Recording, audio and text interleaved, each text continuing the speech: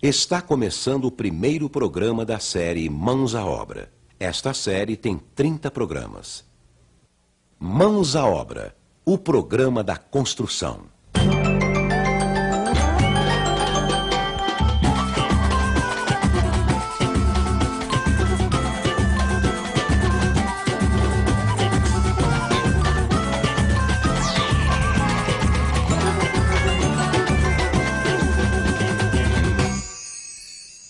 Mãos à Obra. Programa 1. A Casa.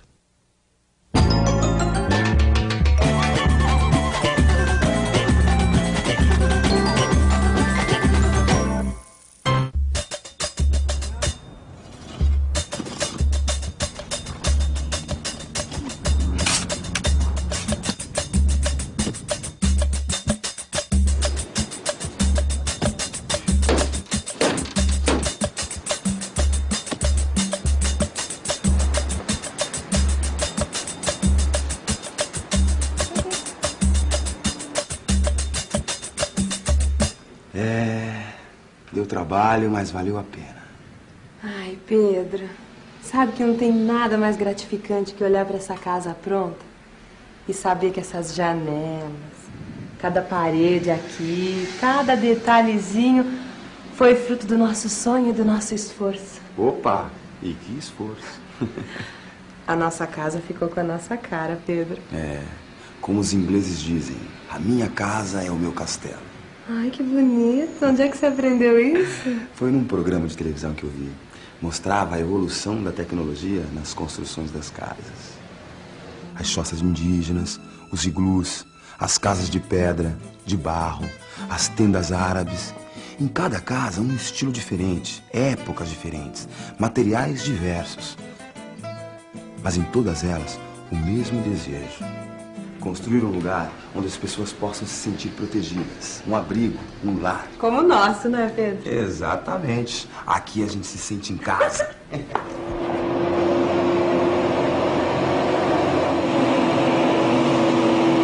Pedro é um competente motorista de ônibus.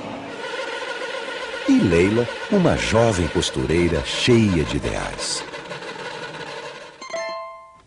Há 3 anos, os dois se casaram e passaram a dividir um sonho. Construir a nossa casa. Nos dias de trabalho, Pedro olhava as mais diferentes casas pelo seu trajeto habitual.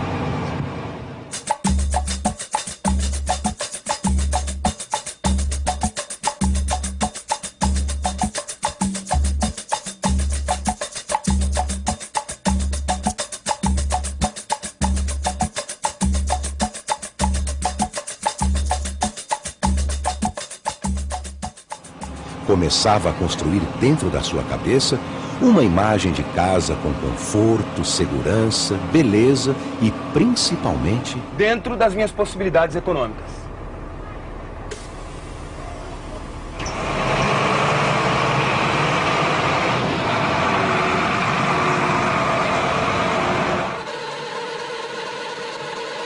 economia. Esse é um talento que a Leila sempre demonstrou ter. No seu dia a dia de costureira, Leila aprendeu a calcular, desenhar e programar cada passo na confecção de uma boa roupa. Com uma boa dose de imaginação e muito senso de realidade, Pedro e Leila conseguiram construir o seu sonho. Essa é a história de muitos brasileiros que, com as próprias mãos e a ajuda de amigos, levantam o seu teto. Através da história desse simpático casal, a série Mãos à Obra vai mostrar passo a passo a construção de uma casa, procurando esclarecer dúvidas e facilitar a vida de quem quer construir a sua própria casa e precisa planejar, comprar materiais e cuidar da obra. Uma pessoa assim, um autoconstrutor, precisa de soluções econômicas, seguras e de bom gosto. Mas bom gosto é uma coisa relativa, né, meu amor? Ah, Pedro, mas tem coisas que não são relativas. É verdade. Tem coisas que toda casa tem que ter.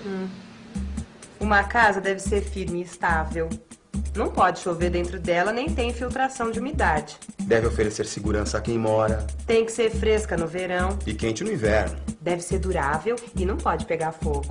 Deve ter um espaço adequado para cada cômodo. E organizado para uma boa circulação das pessoas, para que os objetos e moradores caibam nesse espaço. Ah, e principalmente que o preço caiba no seu bolso.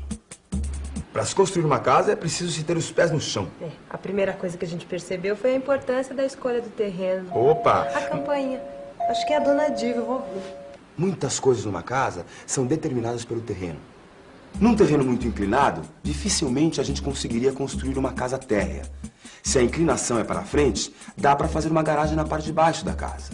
Se a inclinação for para trás, isso já não é possível. Ô Pedro, olha o que a dona Diva trouxe pra gente. Um bolo? Dona Diva é a nossa vizinha. Esse foi outro fator importante na escolha do terreno. A vizinhança. E que vizinhança. Fora isso, o solo e o lote do terreno escolhido vão determinar muito do estilo da construção. Se a casa vai ser térrea ou um sobrado, geminada ou isolada, se ficará perto de edifícios ou numa rua sem calçamento.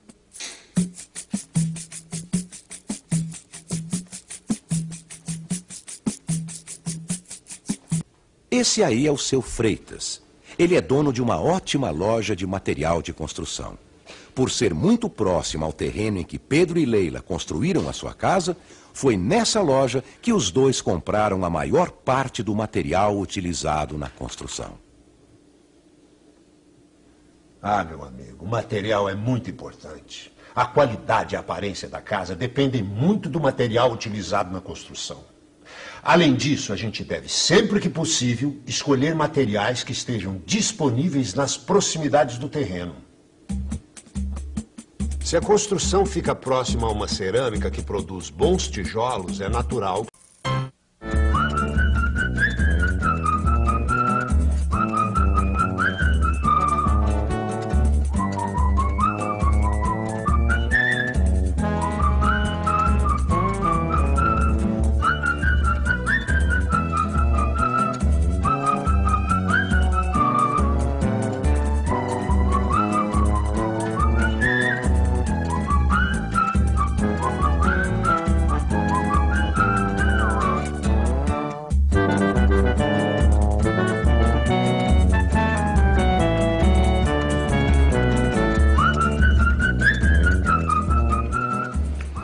Delicioso esse bolo da Dona Diva, viu? Você precisa pedir a receita pra ela, viu? Ela tem uma técnica espetacular. É, Pedro, mas fora a técnica, uma boa receita depende também da qualidade dos ingredientes, sabe? Com certeza. Essa casa aqui é a prova concreta disso. Ô Pedro, esses blocos que você comprou estão fora das normas. A ajuda de algum especialista, como encanador, eletricista, pedreiro, arquiteto, é sempre bem-vinda. Mas a maior parte das atividades da nossa obra foi feita com as nossas próprias mãos.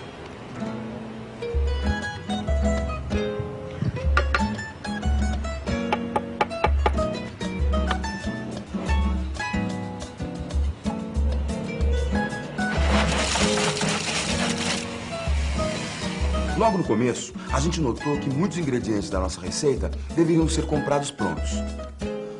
Comprar um batente e uma porta é muito mais fácil que comprar a madeira e fazer o batente e a porta. Fechaduras, bacias sanitárias, coisas desse tipo, que são compradas prontas e montadas ou instaladas na própria obra. Pré-moldados como caixas d'água, tanques, lajotas de piso e blocos de diversos tipos são oferecidos em lojas como a do seu Freitas e nas pequenas fábricas, tão comuns nas nossas cidades. Ah, podendo optar, Pedro, eu prefiro comprar um componente pronto mesmo. É verdade, tem coisa que não dá pra gente fazer sozinho, né? Mas tem gente, Pedro, que insiste em fazer tudo com as próprias mãos. Evitam comprar os componentes pré-fabricados para gastar menos. Ó, gente, tentando economizar, o barato sai caro, hein? Uma obra não é uma experiência cega, nem uma peça de artesanato. Ela tem que ser realizada com base no conhecimento e com técnicas comprovadamente seguras. E principalmente, materiais de qualidade, pô. Um dos primeiros passos da nossa obra foi a preparação do programa da casa. É uma espécie de lista dos cômodos que a casa deve ter, com tamanho mínimo já pensado para cada um deles. Na nossa casa, por exemplo, definimos que faríamos 2 dormitórios espaçosos, uma grande sala, uma boa cozinha, um banheiro e uma área de serviço. Puxa, Leira, eu não sabia que você era boa nisso. Você sabia, Pedro, que o plano da casa ainda pode ter muitos detalhes, assim, por exemplo, como se você quer a casa térrea ou 2 andares, o tipo de material de construção que você vai ter que usar. E tem tudo isso aí no nosso plano? Tem, claro. Outra coisa muito importante é saber se a família ainda pode crescer. Pelo menos o plano da casa já precisa considerar um crescimento. Claro, as variações da família, né, meu amor? Se ela vai diminuir, se ela está estável, se algum filho vai se casar, essas coisas, né? Essas coisas, sim. Por exemplo, se o casal pretende ter filho. Claro, claro. Quando a gente se casou, toda a mobília, esse armário, a máquina de lavar, foram comprados com muito custo. Né, meu amor? Alguma coisa a gente ganhou, né? Os eletrodomésticos e tal, a gente ganhou. Quando a gente resolveu construir a nossa casa, nós tivemos que medir tudo isso.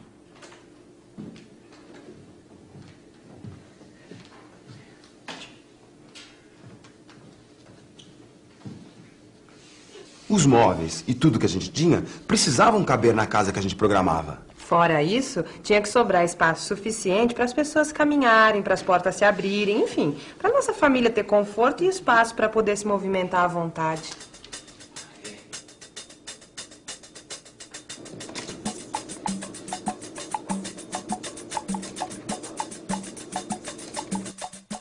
Com as medidas dos móveis e equipamentos, a Leila fez um pequeno desenho com uma régua em um papel quadriculado, que fica mais fácil. Considerando cada centímetro como 1 metro e cada milímetro como 10 centímetros, nasceu o primeiro esboço da nossa casa.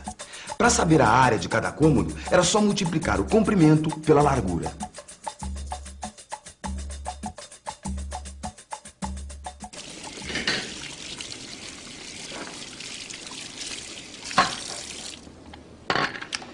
Pelas minhas contas, nós fizemos uns 10 estudos diferentes. Somando o corredor, a escada, os cômodos, chegamos a 68 metros quadrados de área construída. Valeu a pena, viu? Não custou nada e isso ajudou a decidir como seria a casa onde a minha família vai morar durante anos. Onde é que você vai? Vou pegar uns papéis lá no quarto. Gente, não para de circular pela casa. Aliás, isso é uma coisa muito importante também, viu? Evitar construir áreas desnecessárias de circulação. Elas custam dinheiro e ninguém fica nelas. Quanto menos áreas inúteis, melhor o projeto, viu? Achei, ó, meu amor, tá aqui. Lembra disso? Depois do plano da casa, você fez isso aqui, ó. Esquema funcional. Esquema funcional.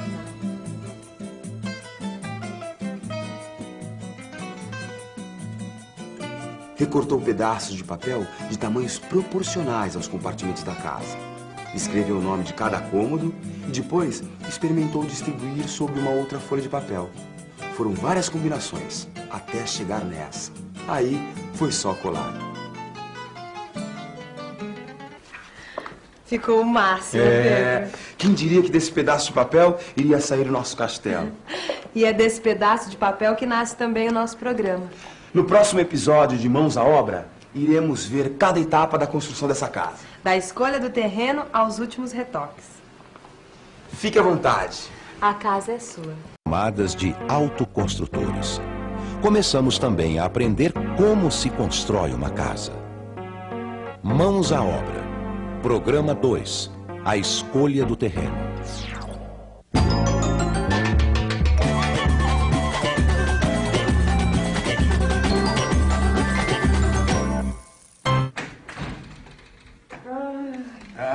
Como foi rápido fazer as compras da semana, né, meu amor? E nem deu pra cansar.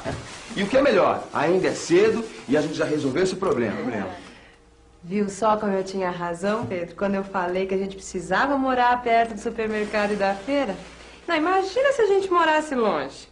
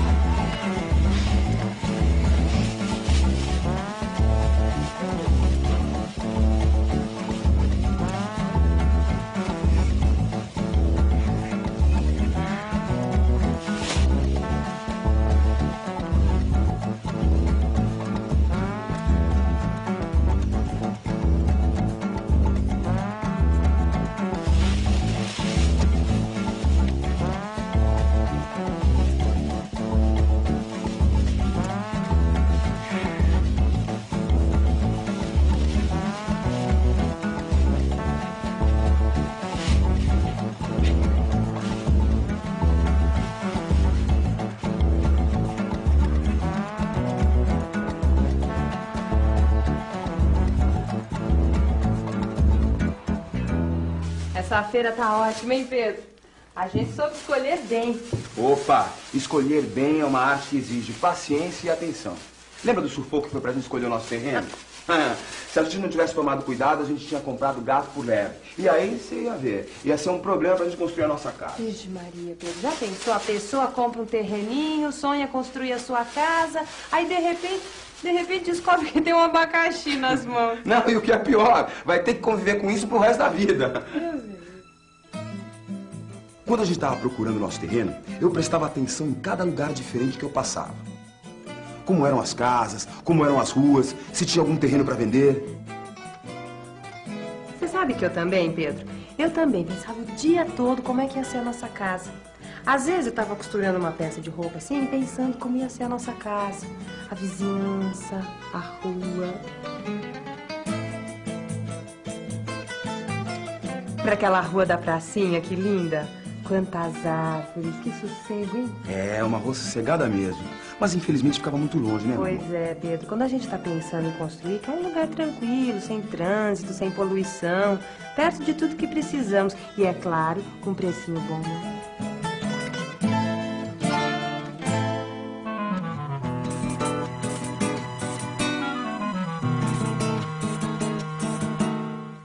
Mas como isso é difícil, né, Pedro? O jeito é escolher o melhor lugar de acordo com as necessidades da família. É.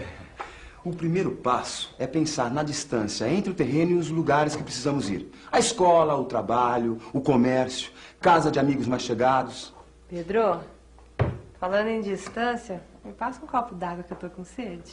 Ô, meu amor, claro, é pra já.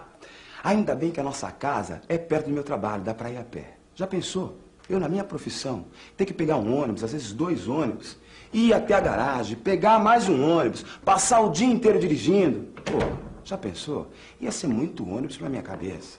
Pra mim tudo bem, né? Porque minhas freguesas moram tudo longe, mas eu tenho condução fácil aqui perto de casa. Eu pego um ônibus no final, vou lendo uma revistinha, quando eu olho assim, pronto, já cheguei.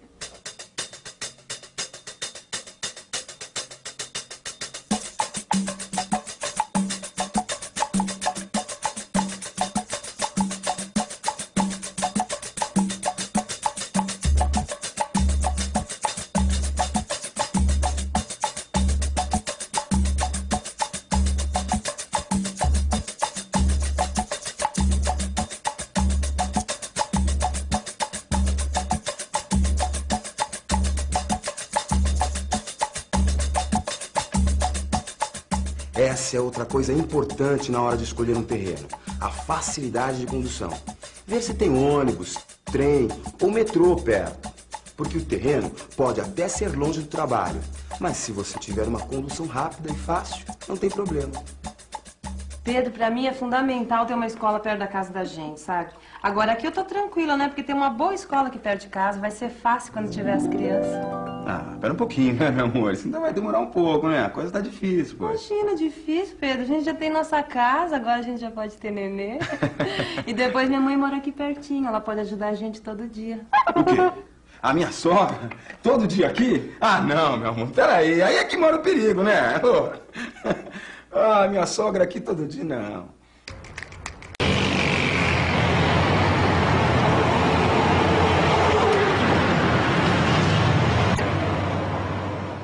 Outra coisa importante é evitar uma rua muito movimentada, porque aí vai ter trânsito, barulho, poluição dos carros e caminhões, além do perigo para as crianças. Por isso, é melhor morar numa rua curta ou sem saída. É, mas não adianta ser muito sossegado e não ter infraestrutura básica, como água encanada, energia elétrica, coleta de esgoto, rede de telefone. Ai, que delícia! Já imaginou ter falta d'água, Pedro? Que chato. Ter problema para lavar a roupa, limpar a casa, tomar banho. Ai. É, mas o pior que isso é você ter excesso de água na sua casa. Se o terreno for um lugar muito baixo, ele for próximo a córregos, valões, se a sua rua não tiver sarjeta, meio fio, aí é que você pode ter problema com enchentes. E alagamentos também, viu? Virgem Maria, Pedro. Eu soube que a cunhada do seu Jorge lá do açougue perdeu tudo numa enchente. Brincadeira. Conta isso pra mim, como é que você tá sabendo disso? Ai, que ela queria morar perto da casa da mãe dela, né? Aí ela viu um terreninho lá na Baixada, o precinho tava bom, as crianças podiam brincar na rua, que era tranquila, sossegada. Só que o pessoal da vizinhança avisou, né, Pedro, que o lugar era perigoso, mas ela é teimosa. Construiu a casa mesmo assim. Você sabe, não deu outra. Perdeu tudo na última enchente. A casa dela encheu d'água. Brincadeira, meu amor. Que tristeza, hein? Enxuga aí, Pedro. Passa aí o... Brincadeira, meu amor. Perdeu tudo. Perdeu.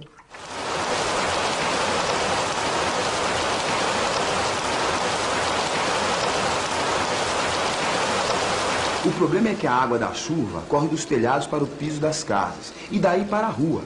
Na rua, a água desce pela sarjeta até os bueiros e vai para o rio. Se o lugar é baixo e a rua não tem meio-fio e sarjeta, pode alagar bem na frente da sua casa.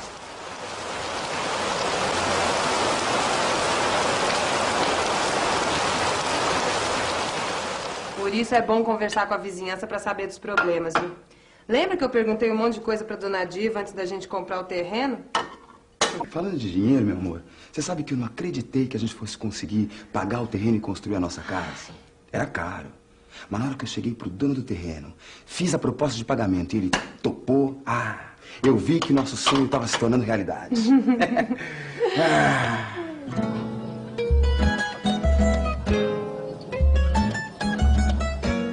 Quantos terrenos diferentes a gente viu, hein, Pedro?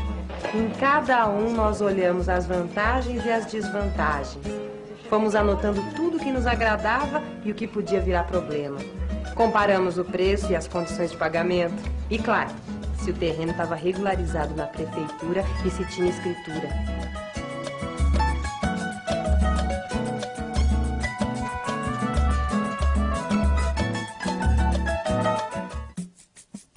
Mas a coisa não parou aí. Depois de escolher o terreno, era preciso ter certeza de que a casa podia ser construída ali. Naquela época, eu pensava que a casa podia ocupar todo o terreno. Eu não sabia que a prefeitura exige um recuo na construção. Uma parte do lote que não pode ser construída. Normalmente, o recuo é na frente, em um dos lados e no fundo do terreno. Mas pode variar de lugar para lugar. Por isso, antes de iniciar a sua obra, você tem que se informar na prefeitura. E o seu Freitas, hein, Pedro? Convida ele um dia pra tomar cafezinho aqui em casa. Ele foi tão bacana com a gente, né? Um amigão. É verdade, meu amor. Eu lembro da primeira vez que eu entrei na loja do seu Freitas. Nossa, não sabia nada de construção. Tava empolgado com o terreno. E ele me ensinou um monte de coisa. É verdade, viu? Convidar ele pra tomar um cafezinho aqui.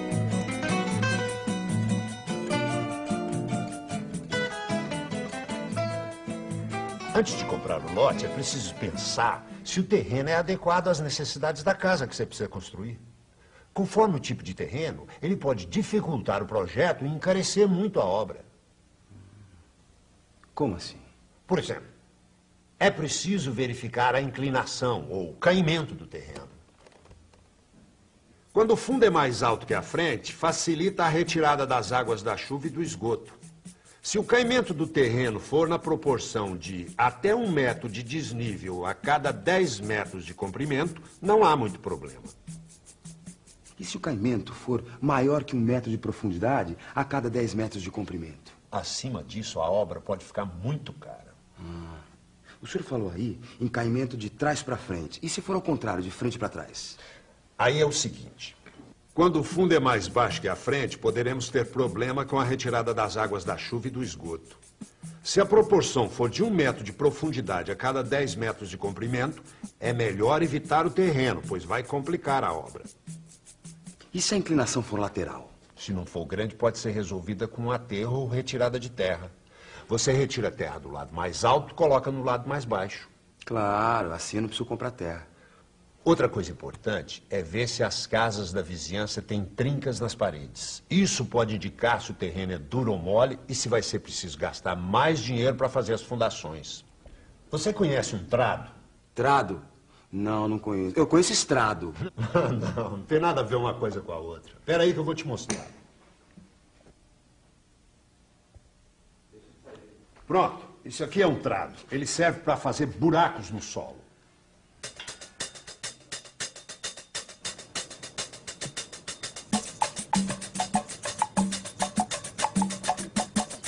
Faça um furo de pelo menos 2 metros de profundidade no terreno.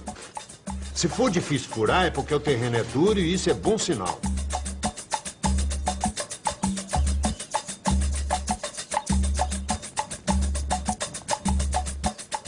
Se estiver muito mole ou você encontrar água, anote a profundidade, porque vai te ajudar a definir o tipo de fundação necessária e quanto vai custar. E se o terreno for muito mole e o nível da água estiver muito alto? Nesse caso, é melhor escolher outro terreno. Pedro, converse com os vizinhos. Pergunte qual o tipo de fundação que eles usaram e se eles têm tido algum tipo de problema com infiltração de água. Puxa, quanta coisa que eu nem imaginava, viu, seu Freitas? Ah, ainda tem mais. Você reparou se o terreno recebe bastante sol? Não. Mas o que o sol tem a ver com o terreno, seu Freitas? Ô, Pedro, tudo a ver. Você não vai querer morar numa casa úmida, que não seca a roupa, que seja quente no verão e fria no inverno, não é? Opa, aí é uma gelada, né, seu Freitas? Então trate de ver como é o movimento do sol ao longo do dia e como ele bate no seu terreno. Você já checou toda a documentação do terreno? O registro de imóveis do vendedor, a escritura, o compromisso de compra e venda? Mas que documentos são esses? Esses documentos trazem todas as informações sobre o terreno e sobre os antigos proprietários. Assim você poderá ter certeza sobre a situação do terreno, se há dívidas ou não, se o vendedor é mesmo o proprietário. Olha, se você tiver dúvida, procure esse meu amigo. Ele é um escrivão de cartório de imóveis e poderá ajudar a resolver qualquer problema. Puxa, eu não sabia que era tanta coisa para construir uma casa, hein? Você ainda não viu nada, isso é só o começo. Ó, mas não desanime.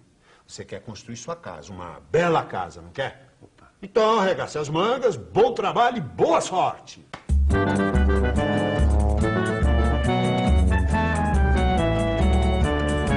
Depois daquelas dicas do seu Freitas, nós conseguimos comprar o nosso terreno, nosso pedaço de chão. E aí começou uma nova fase. Fazer o projeto da casa. Imaginar como seriam os quartos, a sala, essa cozinha que eu gosto tanto, né? Mas aí é outra história, né, amor? Bom, eu vou indo, senão eu vou chegar atrasado. Deve ter um monte de gente me esperando no ponto de ônibus. Eu vou com você, ó. Só vou guardar o abacaxi na geladeira, tá? Gente, no próximo programa a gente vai falar do projeto da casa. Você vai aprender como medir o terreno, como fazer a planta da casa, legalizar a obra na prefeitura. Vimos quais os cuidados que você deve ter na hora de escolher um terreno. Como decidir a melhor localização. Como identificar as vantagens e desvantagens do lote. Como calcular a área que pode ser construída. Quais as providências que você deve tomar na prefeitura. Mãos à obra. Programa 3. O projeto.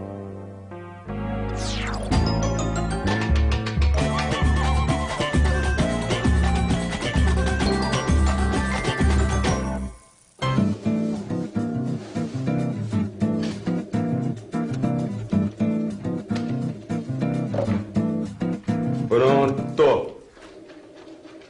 A medida está perfeita. Agora é só fazer o furo e colocar os parafusos. Vê lá, hein, Pedrão? Vai colocar essa prateleira torta. Não, que isso, Leila. Pô, não confia mais na categoria do Pedrão? Tá se esquecendo tudo que eu já fiz aqui em casa? Claro que não, seu bobo. Eu tô só brincando, né? Que é bom caprichar, né? Porque depois você faz errado, tem que consertar, vai ser mais difícil. Não. Não tem crise. Com a ajuda da minha fiel companheira, isso não vai acontecer. Ah, lembra quando eu fui medir lá o terreno? Claro que eu lembro. Me lembro como se fosse ontem. Você queria conferir as medidas que estavam na escritura e checar se o terreno não era torto. Eu não sabia como era o jeito certo de medir um terreno. E fui logo passando um barbante em volta do lote. Parecia que ia dar certo. Era só esticar o barbante nas laterais, na frente e no fundo, e depois medir o barbante e tudo bem. Eu teria a medida certa do terreno.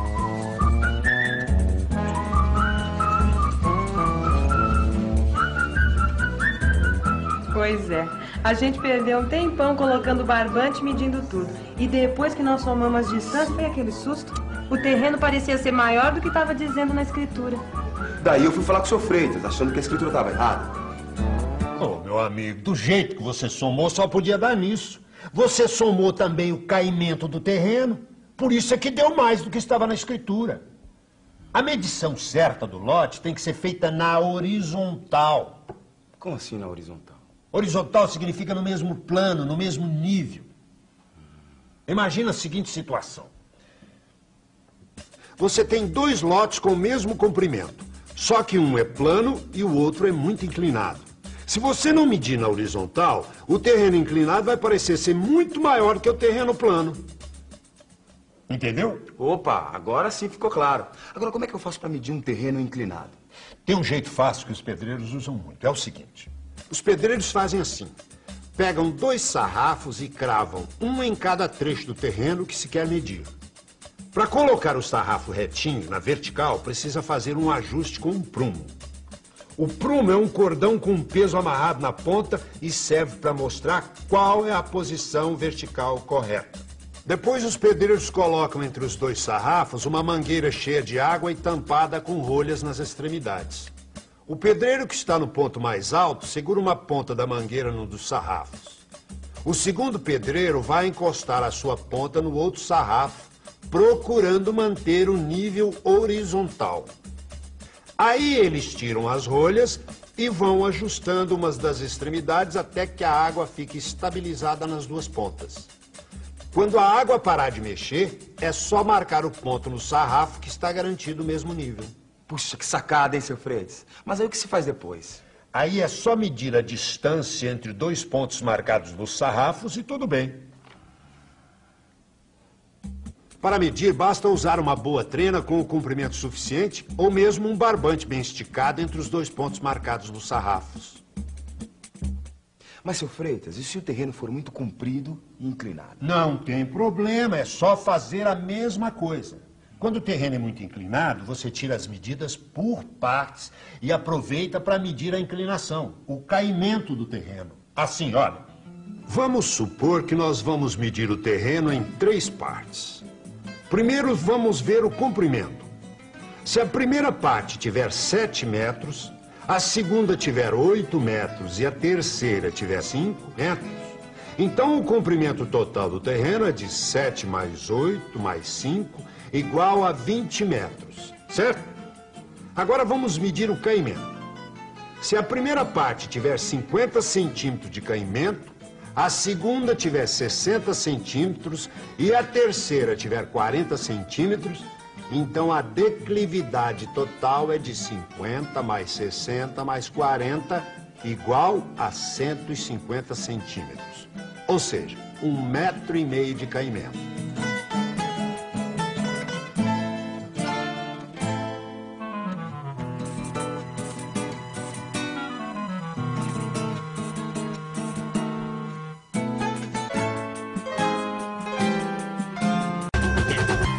Mas, seu Freitas, e se o terreno for meio torto?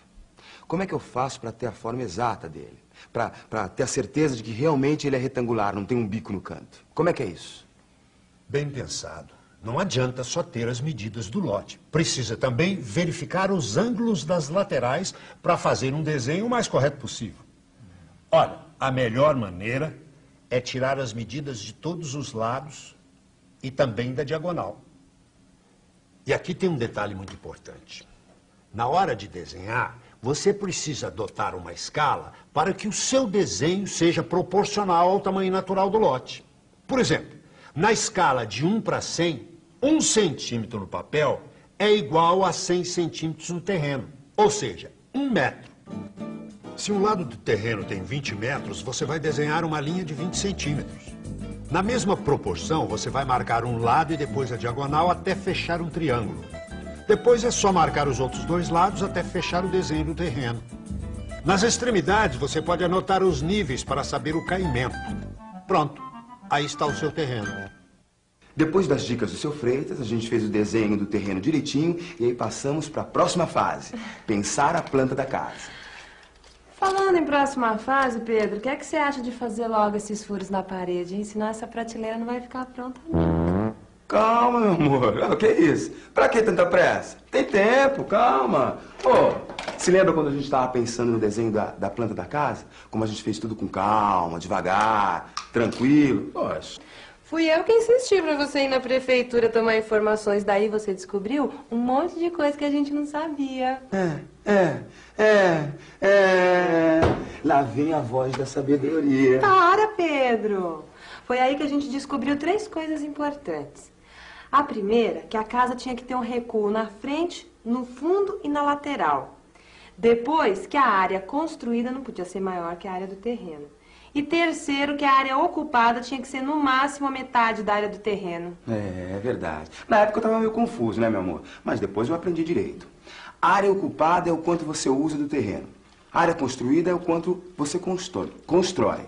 Agora, se a casa for for térrea, a área ocupada é igual à construída. Se a casa for um sobrado com 2 pisos iguais, a área construída é o dobro da área ocupada. Porque você soma o andar de cima com o andar de baixo.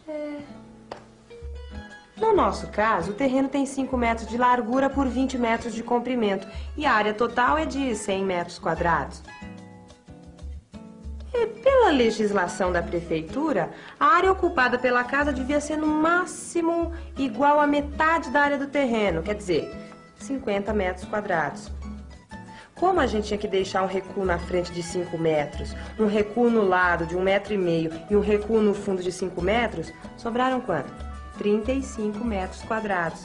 Bom, até aqui tudo bem, não é, Pedro? Porque a área ocupada é menor do que os 50 metros quadrados que a prefeitura permite no nosso caso.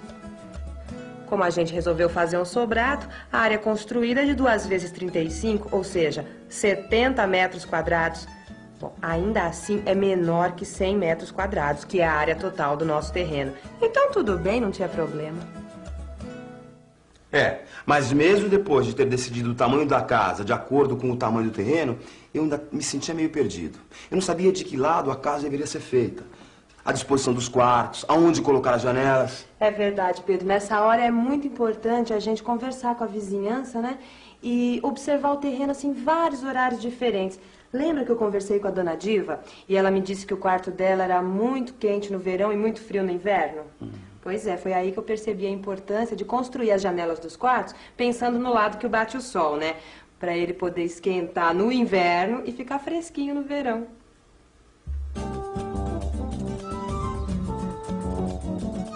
Uma vez, a gente foi no terreno bem cedinho. Tava começando a clarear. Só pra ver de que lado tava nascendo o sol.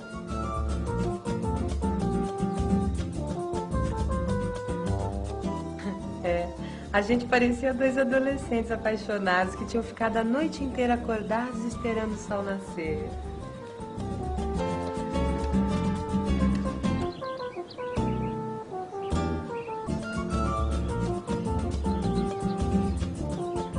Parecia na época da escola, que a gente aprendeu que o sol nasce no leste. E se a gente ficar com o braço direito na direção do sol, o norte vai estar na nossa frente, o sul atrás da gente e o oeste no lado esquerdo. Lá na frente é o...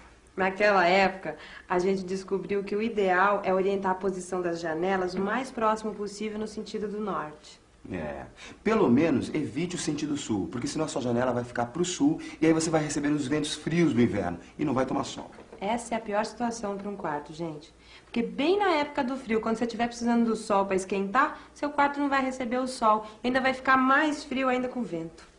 Depois de visitar várias vezes o terreno e examinar a vizinhança com atenção, nós fizemos um desenho colocando todas as informações importantes. Você se lembra quais são, Lila? Claro, Pedro. Eu que desenhei. Primeiro, a gente coloca no papel onde fica o norte do terreno. Depois, se tem alguma construção dos lados e qual a distância. Onde fica a calçada e qual a largura. Onde está a rede de esgoto e de água, a boca de lobo e o bueiro da rua. E se tem alguma árvore ou algum poste na frente da casa. Porque senão você pode pensar em construir uma garagem e aí tem um poste bem na frente. Nessa hora, você já vai anotando de que lado fica a melhor vista ou se tem alguma coisa que precisa ser evitada. Depois, com o desenho completo, você pode começar a pensar no espaço interno que cada cômodo vai ocupar e fazer a planta da casa. A planta. A planta, gente, é um desenho que mostra a casa como se alguém tivesse cortado as paredes bem perto do piso e marcado todas as medidas dos cômodos, onde ficam as portas, as janelas, o corredor, enfim, tudo que tem numa casa. Na planta, a cozinha é desenhada assim. Depois vem a sala, a escada, as portas e janelas. A área de serviço, os muros, o quintal e todos os detalhes do andar de baixo. No andar de cima, tem o dormitório da frente, o corredor, o banheiro a escada, o dormitório do fundo, as portas e janelas. Quando você fizer o projeto da sua casa, você deve experimentar de várias maneiras diferentes como ocupar bem o espaço interno. Só depois que você decidir qual o melhor projeto, daí sim você deve procurar um profissional, ou um engenheiro ou um arquiteto, que ele vai preparar a planta que você vai levar na prefeitura. Pois é, e eu achava que bastava fazer a planta e construir a casa. Mas aí o seu Freitas me deu um toque importante. Pedro, é a prefeitura que controla as construções que são feitas na cidade, de acordo com as leis municipais. Então, para poder começar a construir, você precisa primeiro aprovar o projeto na prefeitura, que tem que estar assinado pelos proprietários e pelos responsáveis técnicos da obra. Esses responsáveis são os nomes que a gente vê nas placas na frente das construções? Exatamente. Pode reparar o que está escrito nessas placas. E se eu não fizer isso, o que acontece? Você pode ter sua obra paralisada por algum fiscal da prefeitura ou ter problemas na hora de legalizar os documentos da sua casa. Em todo caso, não custa nada se informar antes. Em alguns lugares, a própria prefeitura indica um responsável técnico para ajudar a legalizar a obra. Ô, seu Freitas, o senhor manja de tudo, hein? Valeu, hein? Por mais essa dica. Ah, que isso. É um prazer poder ajudar um amigo. E depois, é assim que a gente vai melhorando a nossa cidade. Já imaginou se todo mundo fosse fazendo o que bem entendesse, construindo de qualquer maneira a bagunça que seria? É, afinal de contas, a cidade também é a nossa casa, não é?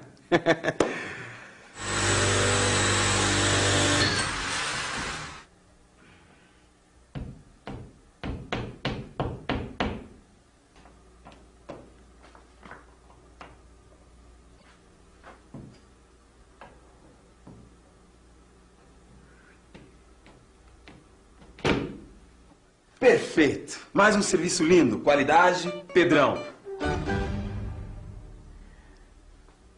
Sei não, Pedrão. Eu acho que o lado direito tá mais torto. Que nada. Lá vem você, imagina. Tá certinha, pô. No próximo programa, você vai ver tudo o que é preciso fazer para iniciar a obra. Não, Pedro?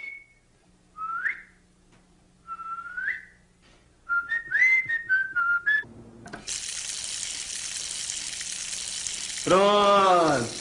A água tá jorrando que é uma beleza. Agora é dar uma descansadinha que ninguém é de ferro. Ah, Pê, você me prometeu dar uma forcinha na faxina, né? Pintou a sujeira. Ó, toma aqui, vai ser rapidinho, viu, Pedro? Pega a vassoura, o rodo, o espanador, esse baldezinho aqui também. Em 1 hora a gente deixa essa cozinha brilhando. Tá limpo, Leila, tá limpo. Afinal de contas, eu tenho uma certa experiência, né? Eu lembro a primeira vez que nós viemos aqui e vimos esse terreno. Nossa! Era tanto mato e entulho que eu não sabia por onde começar. O jeito é enterrar. Vamos enterrar tudo isso aí. Enterrar.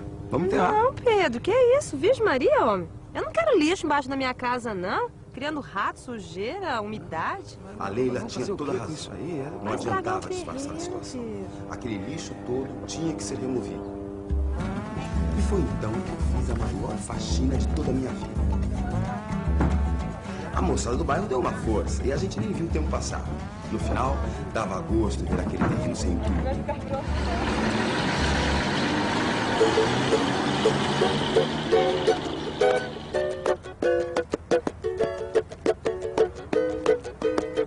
Minha musa, minha blusa, me lambuza de prazer. Ô, Pedro, agora tem que limpar esse mato aí. Hoje? Ela era incansável.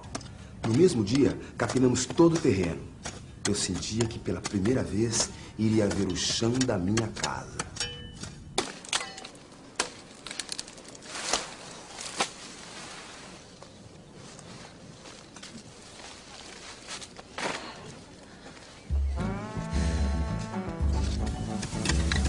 Claro, vai valer a pena. Ah, vai. No pagode? É seu terreno, viu? Pode contar com a gente que a gente vai lá. Na hora de encher a laje, eu vou querer, viu? E agora, Pedro? O que é que a gente faz com esse mato todo? Um amigo meu me deu uma dica. Depois de capinar, você pode enterrar o mato numa parte do terreno onde, ao final da obra, você vai cultivar um jardim. Para evitar que o mato cresça novamente, cubra o mato com pelo menos 20 centímetros de terra.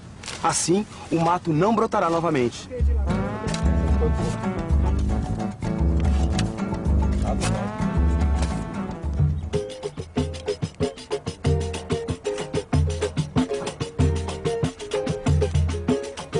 Dá uma olhada nisso, Leila. Vai ser aqui, nesse chão, que a gente vai construir o nosso sonho. Ah, Pedrão, eu não vejo a hora. Vem cá. Pedro, olha só. Aqui vai ser o nosso quarto. É, e com uma janela para ver a vista. E vem cá, Pedro. E aqui vai ser o quarto do bebê. Calma, Leila, calma. A gente chega lá. A vida começa onde ninguém foi. Eu nunca fui à Bahia, mas ainda vou. Você foi comigo no momento de prazer. Não era só o terreno que parecia limpo, era o futuro.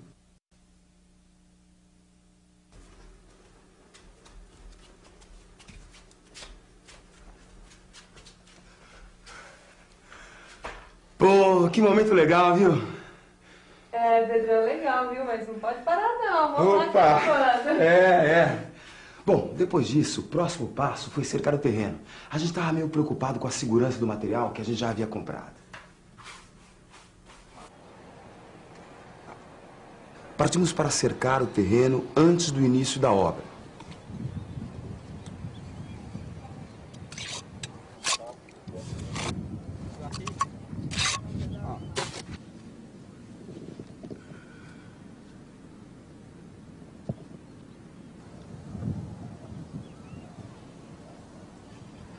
Com o terreno cercado, a gente teve a sensação verdadeira de que aquele chão era nosso.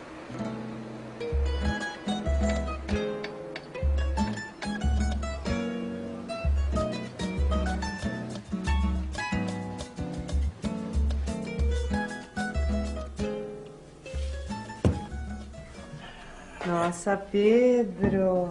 Opa, obrigado, amor. Olha isso, tá se revelando o mestre da faxina. Agora a gente vai fazer o almoço. Muita água rolou depois da limpeza do terreno.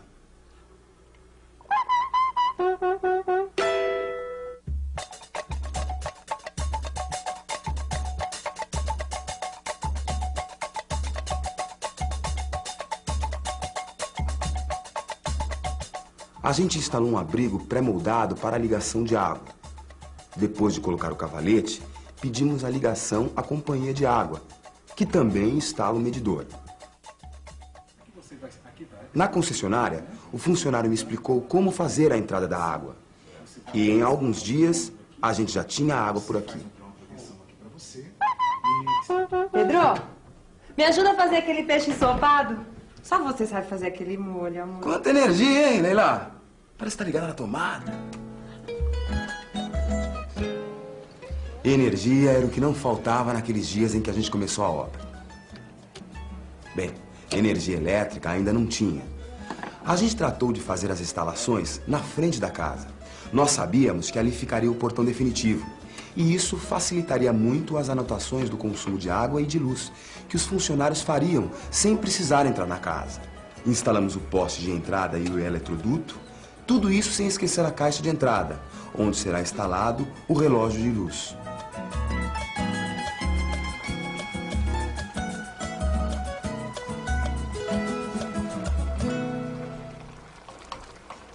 Já tá no ponto, Fê? É, já. Pode pôr um pouquinho e vamos dar uma abafadinha. Naquela época, tudo dava trabalho, mas eu não esquentei a cabeça. Depois do terreno limpo e cercado, com a água e a luz instaladas, eu já me sentia o proprietário, o dono da minha própria casa. Mas ainda tinha muita coisa pra fazer. Seu Freitas, a gente quer fazer esse banheiro de qualquer jeito. É simples, dona Leila. Leva esse tubo de PVC que vai dar. Ele tem 100 milímetros de diâmetro. É perfeito. Ai, como é que eu faço a ligação? Ligue o banheiro provisório é uma linha feita com esses tubos. Essa linha irá até o limite do terreno. A profundidade deve estar entre 40 e 60 centímetros. O tubo tem que ter um caimento de pelo menos 1 centímetro por metro. Se o seu terreno é plano e o tubo tem 10 metros de comprimento, o caimento mínimo será de 10 centímetros. Somando os 40 centímetros de profundidade mínima, chegamos a 50 centímetros de profundidade máxima. A senhora deve comprar a bacia sanitária, o assento, o tanque, o registro, a torneira e a caixa de descarga. E olha, dona Neide, uma possibilidade é construir a cozinha e a área de serviço na frente da casa, bem pertinho da calçada. Ah, por que, seu Freitas?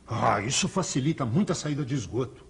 Mas veja bem, não é uma regra. O importante mesmo é que fazer as ligações fora da casa e sempre retas. Ah, então confere aí, seu Freitas. Para construir essa saída de esgoto, eu tenho que abrir uma vala de... 40 centímetros de largura e entre 40 e 60 de profundidade, além do caimento.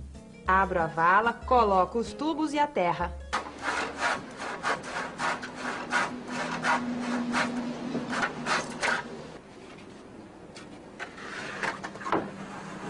Pedro e eu queríamos a ligação definitiva do esgoto desde o início da obra. E foi o que fizemos. Depois de solicitar a ligação à companhia de esgoto, começamos a construção de um banheiro provisório para a obra. No começo a gente não sabia nada. Foi uma dificuldade.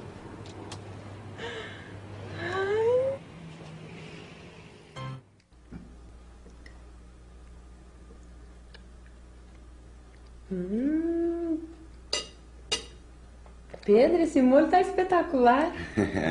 Eu sempre tive uma inclinação para a cozinha. Lembra quando a gente estava escolhendo nosso terreno? A gente preferia um sem inclinação. Terrenos inclinados precisam ser nivelados. E esse é um trabalho que exige algum conhecimento. Desenhando o terreno, podemos fazer um verdadeiro plano de ação. De um lado é preciso fazer o corte, ou seja, remover a terra. E do outro lado, o aterro, completando o nível de terra para tornar o terreno plano. Se o corte for maior que o aterro, temos que tirar a terra do terreno. Agora, se for menor, temos que comprar a terra. Por isso, a solução ideal é equilibrar o aterro com o corte. Esse é o talude. Se o desnível for muito grande, o jeito é fazer um muro de arrimo. Nossa, que nível, hein? Parece até uma arquiteta. E tem mais. O aterro pode ser em talude ou muro de arrimo. No caso de um talude, como o recuo lateral é de 1,5 m, o máximo de desnível que se pode fazer é de 45 centímetros. Se o desvio for superior, a solução é o muro de arrimo mesmo. Um muro bem reforçado para segurar a pressão da terra. A nossa preocupação, depois de deixar o terreno em ordem, foi construir um abrigo para guardar as ferramentas e os materiais. Além disso, é bom ter um lugarzinho para se proteger da chuva e almoçar durante a obra. Fizemos o abrigo na parte de trás do terreno, para não atrapalhar a entrada e a saída da obra. O abrigo tem 3 funções: guardar o material, guardar as ferramentas e abrigar quem trabalha no caso de chuva. Dá uma olhadinha só no esquema: o terreno, a obra e o abrigo nos fundos. Estava chegando a hora de locar a obra. Ou seja, colocar no terreno as principais medidas do projeto, para depois podermos abrirmos as cavas de fundação e construir as paredes no lugar certo.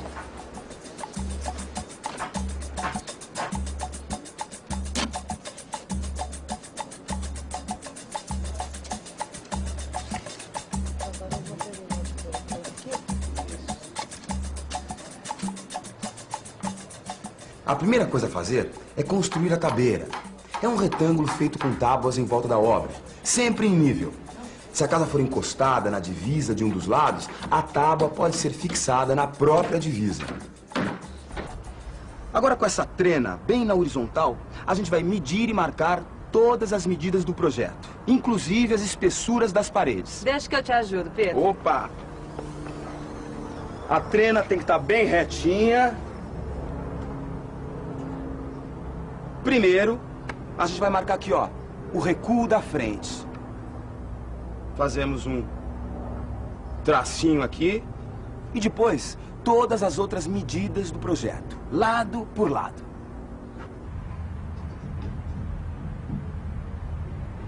Em cada marca, a gente põe um prego bem fixado, mas deixando fora uns 2 centímetros.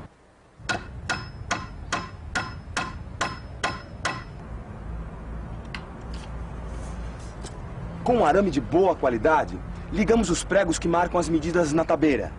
É um verdadeiro desenho da planta do projeto em cima do terreno. Pronto, seu Freitas, agora a tabeira está prontinha. Agora é só eu esticar um arame na hora que eu quiser localizar uma parede. A dificuldade na hora de fazer a tabeira foi justamente na hora de achar o tal do ângulo reto. Ah, para isso eu tenho uma técnica infalível. O ângulo reto é o ângulo de 90 graus. Todo triângulo retângulo com os lados proporcionais aos números 3, 4 e 5 produz um ângulo reto. Se eu fizer um triângulo de 3 metros por 4 metros por 5 metros, o ângulo entre os lados menores do triângulo será um ângulo reto. Ô, seu Freitas, valeu, hein? Valeu mesmo. Escuta, o senhor tem aqui bloco de concreto, lajes pré-moldadas, essas coisas. Pelo jeito, essa casa vai começar a levantar, hein, Pedro? Opa! Procura a loja do seu antenor aqui do lado, que ele tem tudo isso. Falou. Obrigado, hein, seu Freitas.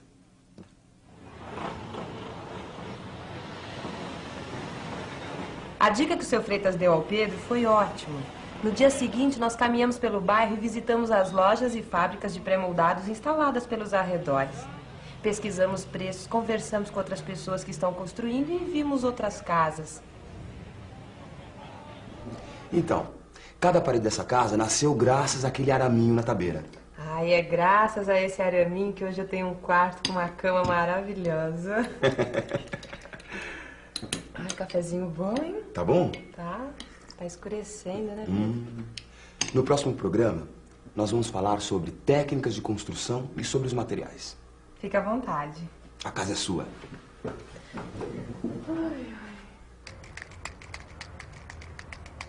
O que sustenta é mais a partir da fundação, né? Uma boa estrutura embaixo, ferragem e uma massa de acordo com o traço certo. Cavamos 2 metros de comprimento, colocamos uma coluna, enchemos de concreto e aí a partir daí começamos a pôr os blocos. Lá eu escolhi o cimento, né? Que é o principal, né? A pedra número 2, né? Que é a maior. E ferro, cimento. Como se você se sente realizado, né? Hoje tenho uma casa para morar, graças a Deus. Né? Não tenho para onde ir quando eu termino meu dia de serviço, me encontrar com a minha esposa, com as minhas filhas, graças a Deus. Então isso é muito bom. No programa de hoje, vimos o que é preciso para preparar o terreno e começar a obra. Limpar e fechar o terreno. Ligar água e luz. Ligação provisória do esgoto. Qualquer construção ou reforma exige a participação de um profissional habilitado responsável pelo projeto e pela execução da obra. Procure a Prefeitura ou o CREA para obter mais informações a respeito.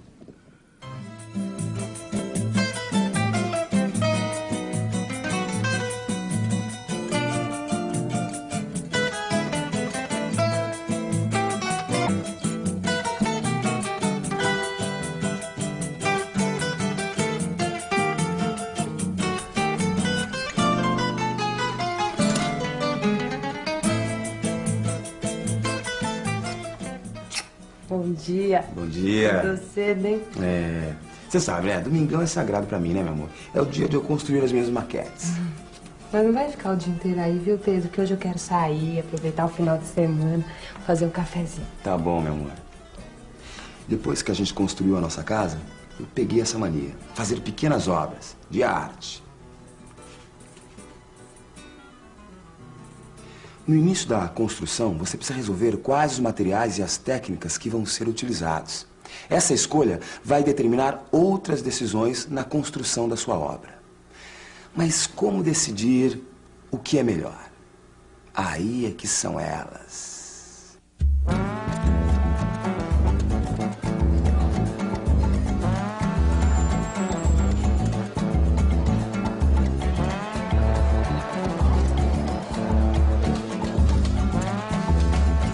Mas, Pedro, o material das paredes, Pedro, é o mais importante. Eu sei, meu amor, eu sei. É por isso que eu tô em dúvida. Porque, olha, é tijolo, é bloco de concreto de vedação, é bloco de concreto estrutural. Quer dizer, isso tudo pra mim é grego, você entendeu? E o pior de tudo, são tantas opções que eu não sei qual o critério que eu devo usar pra tomar a decisão certa. Sabe o que eu acho? Eu acho que a gente deve usar um material que a gente encontra com facilidade aqui no bairro mesmo. Ah, e com um precinho bom. Ah, é verdade, você tem toda a razão, meu amor. Vamos falar com o seu Freitas.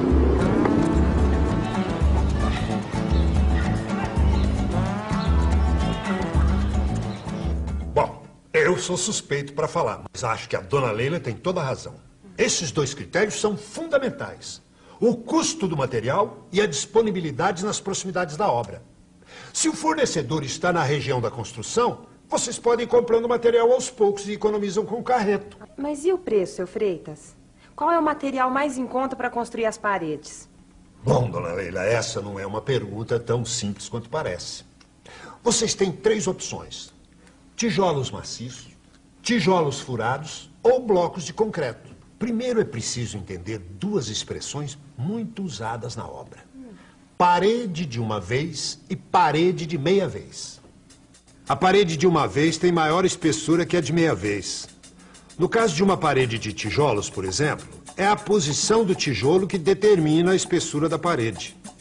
A parede de uma vez tem 22 centímetros de espessura e a parede de meia vez tem 11 centímetros.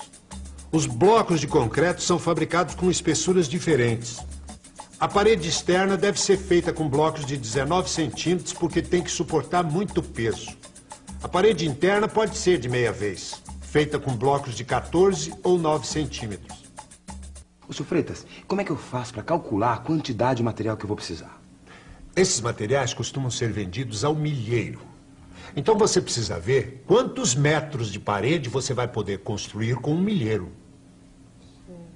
No caso dos tijolos maciços, para fazer 1 metro quadrado de parede de meia vez, você vai usar 36 tijolos.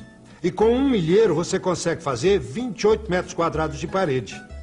Mas se for uma parede de uma vez, para fazer o mesmo metro quadrado, você vai usar o dobro de tijolos. E assim, um milheiro vai dar para fazer a metade em metro quadrado de parede construída. Isto é, 14 metros quadrados. No caso dos tijolos furados, para fazer 1 metro quadrado de parede de meia vez, você vai usar 25 tijolos. E com um milheiro você consegue fazer 40 metros quadrados de parede. Mas se for uma parede de uma vez, para fazer o mesmo metro quadrado, você vai usar o dobro de tijolos. E assim, um milheiro vai dar para fazer a metade em metro quadrado de parede construída. Isto é, 20 metros quadrados. No caso dos blocos de concreto, a quantidade de blocos por metro quadrado é igual, tanto para a parede de uma vez quanto para a de meia vez. Porque o que muda é a espessura do bloco. Assim, em um milheiro dá para fazer 76 metros quadrados de parede.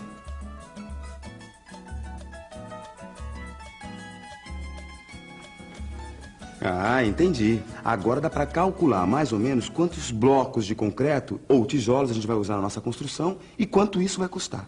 Isso mesmo. Mas atenção que o preço pode enganar. 1000 blocos de concreto rendem muito mais que 1000 tijolos maciços.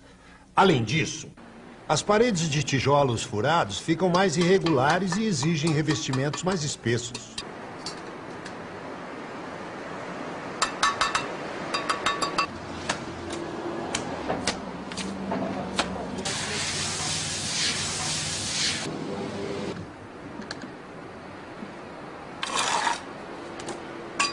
As paredes de bloco de concreto ficam mais planas e não precisam de muita argamassa para ficarem lisinhas.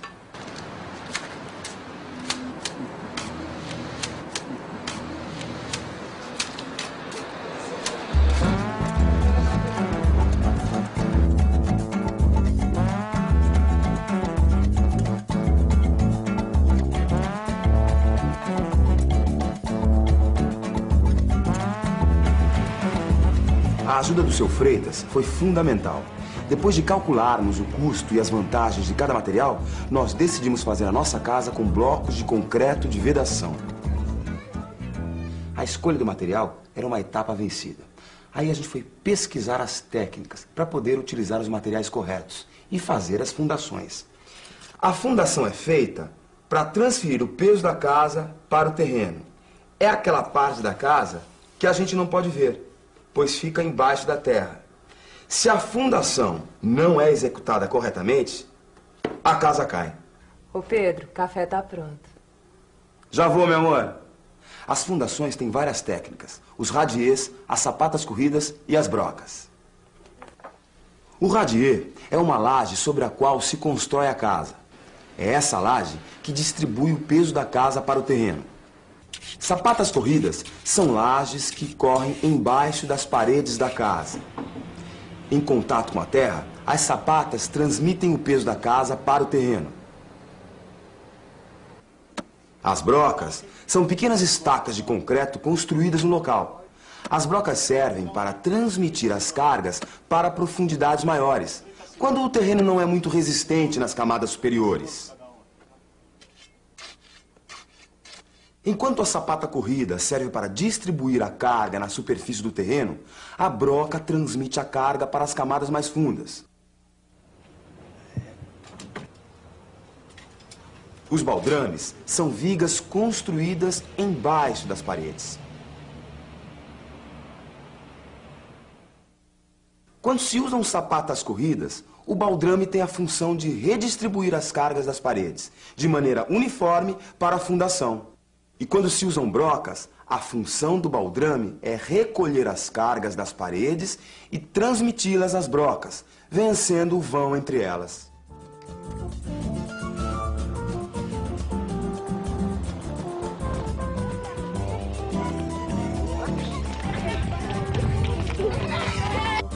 Oi. Oh, até que enfim, Pedro. Você fica maluco quando constrói essas casinhas, né? Você sabe que não tem nada mais gostoso do que as manhãs de domingo na nossa casa. É verdade. Deu tanto trabalho pra fazer a nossa. Opa!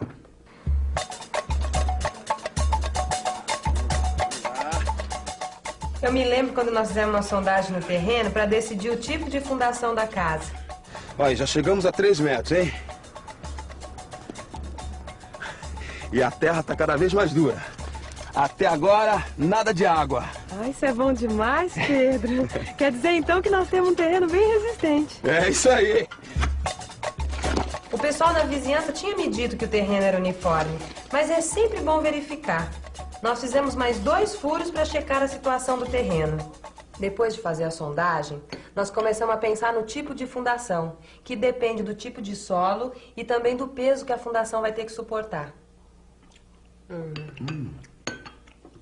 Maravilha. Agora voltemos à obra. Você vai voltar para os seus brinquedinhos? Vou. Ai, então eu vou tomar um banho e já volto, tá? Depois você vai se arrumar que a gente vai sair. Ok. Agora, que tipo de fundação vai ter a minha casa, hein?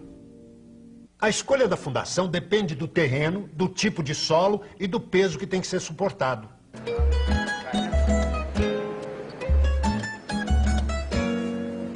Os radiers podem ser feitos com qualquer tipo de solo, mas é preciso que o terreno seja homogêneo, plano ou pouco inclinado.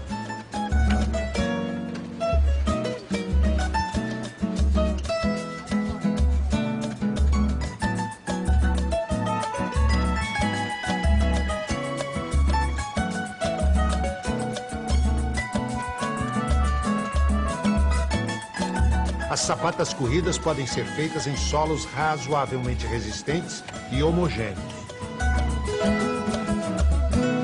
As brocas podem ser empregadas em terrenos frágeis, mas sem ocorrência de água. Bom, seu Freitas, então eu acho que no nosso caso a melhor solução é a gente construir as sapatas corridas, né? O que o senhor acha? Eu concordo. É uma boa escolha, Pedro. Porque o importante na fundação é distribuir bem as cargas no terreno.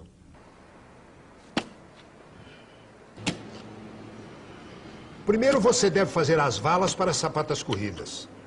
São buracos com mais ou menos 50 centímetros de profundidade e de 60 centímetros de largura. Em seguida, jogue uma camada de 10 centímetros de pedra britada, número 2, e soque bem com o pilão.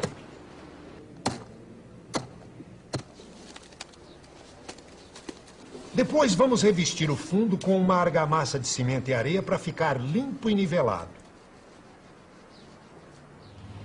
Sobre esse fundo, vamos colocar 3 barras de aço de 10 milímetros de espessura, amarradas a cada 20 centímetros com barras de 5 milímetros.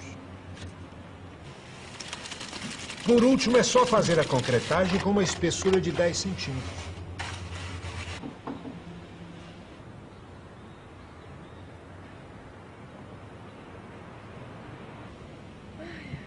Feita a fundação da casa, o passo seguinte são as paredes. Existem 2 sistemas diferentes para realizar essa tarefa. O sistema de alvenaria portante e o sistema de alvenaria de vedação. No sistema de alvenaria portante, o peso da casa é conduzido pelas paredes até as fundações e daí distribuído para o terreno. No sistema de alvenaria de vedação, são utilizados os pilaretes, que são pequenos pilares embutidos nas paredes. Os pilaretes reúnem o peso das lajes, paredes e cobertura e os transmitem aos baldrames, que recebem essas cargas concentradas dos pilaretes e as distribuem uniformemente para a fundação. Portanto, a alvenaria de vedação não tem função estrutural.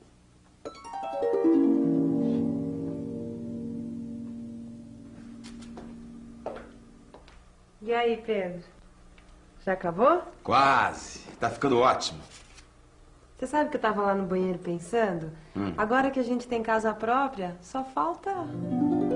Já sei. Um bebê. Isso mesmo. Ó, meu amor, como tá ficando legal? Tá mesmo. Tem espaço pra mais um hóspede. É, espaço tem. Mas um bebê? Agora? Será? Deixa eu amadurecer a ideia, né, meu amor? Tá bom, meu amor. Vamos sair? Vamos. No próximo programa, a gente vai falar sobre concreto.